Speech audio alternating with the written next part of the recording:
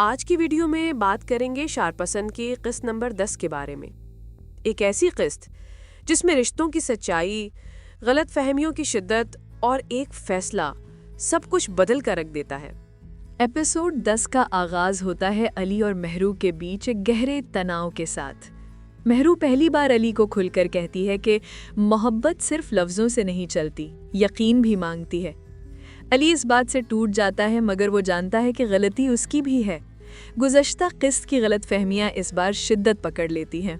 दूसरी तरफ दानियाल अपने खेल को मज़ीद मजबूत करता नज़र आता है।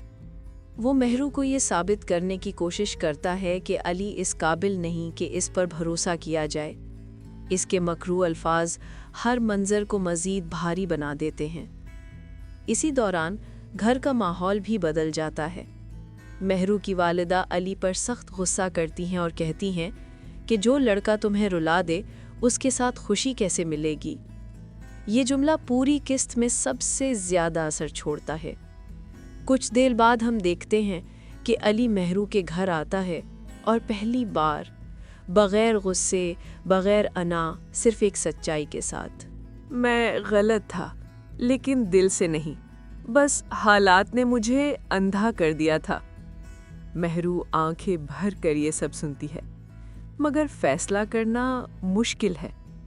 दानियाल छुपकर ये सब देख रहा होता है और उसके चेहरे पर जलन साफ नजर आती है।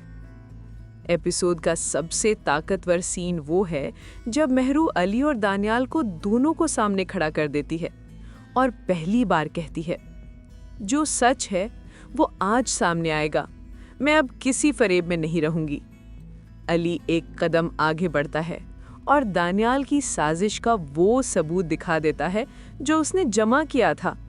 मेहरू सकते में आ जाती है, दानियाल का चेहरा उतर जाता है और यहाँ पर ड्रामा अपनी बुलंदी पर पहुँच जाता है। एपिसोड के आखिर में मेहरू खामोश खड़ी है, अली इंतजार में है और दानियाल शिकस्त के बावजूद एक नई चाल सोच रहा है।